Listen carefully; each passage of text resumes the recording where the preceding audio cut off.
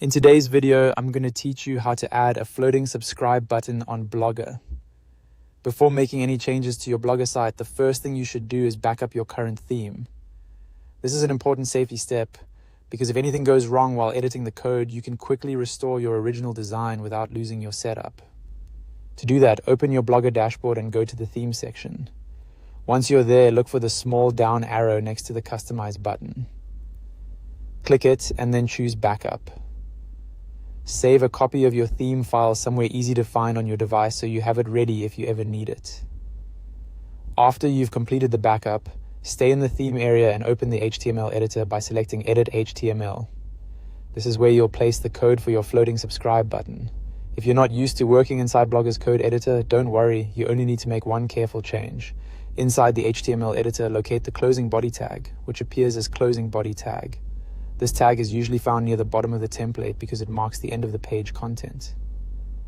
You'll want to paste your custom CSS and HTML floating button code directly above that closing body tag. Placing the code here helps ensure the button loads properly on your blog and appears as a floating element on the page. When pasting the code, take a moment to make sure everything is inserted cleanly and that you haven't accidentally deleted any part of the existing template. Even a small missing character in HTML can affect how the page works, so it's worth being careful here. If your code includes both styling and the button structure, keep it together exactly as intended before the closing body tag. Once the code is in place, click Save to apply the changes.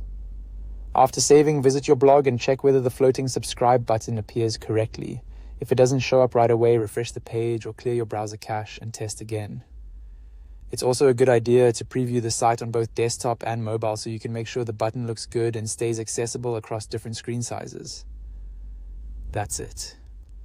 By backing up your theme first, opening the HTML editor, pasting your custom floating button code above the closing body tag, and saving your changes, you can successfully add a floating subscribe button to your Blogger site.